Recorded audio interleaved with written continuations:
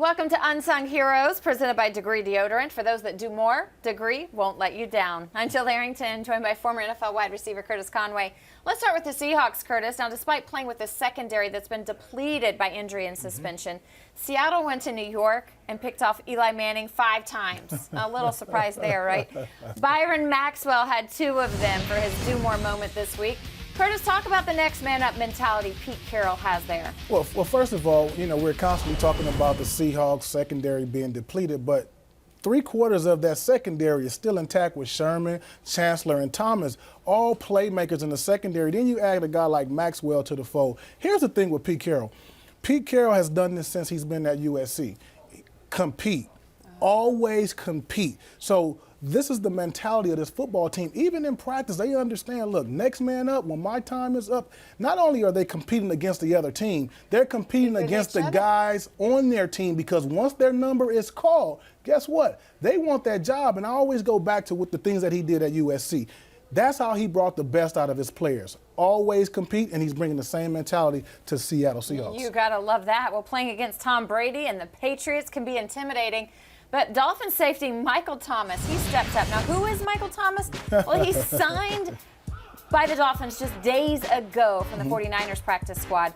And his do more moment, intercepting Tom Brady in the end zone to seal the win for the Dolphins. He was not intimidated. He stepped up and came in from another practice squad on a different team. How hard is that to step in and make an impact? Well, I'm going to tell you, I've never been in that situation. Thank God I've been a guy that's been pretty stable. But for a guy to leave a team and to come play a defense against Tom Brady, that's tough. Yeah. That's not easy, because first of all, you're in one system and you're trying to get that down. Then you go to a whole nother system and you find yourself not just on the team, but actually on the field on the last drive against Tom Brady. And you can't make a mistake. But you know what? I would say it was hard, but this kid went to Stanford, so he knew how to go and handle business. Pressure. Absolutely. He can handle the pressure. No intimidation there. Yeah. All right, our third unsung hero was released by 2 teams this year.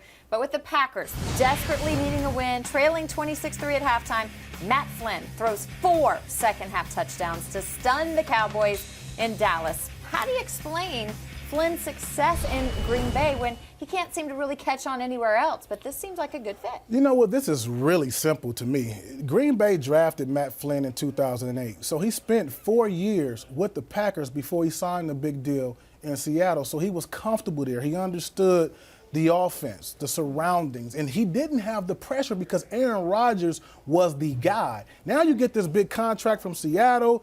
All the expectations are now from here. The bar is high. It's a whole different ball game when the focal point is on you. Then you get Russell Wilson coming in. Now he has to compete for a job, and the pressure is on you. That job is taken. You go to the Raiders. You don't perform there. Now you find yourself back in Green Bay again.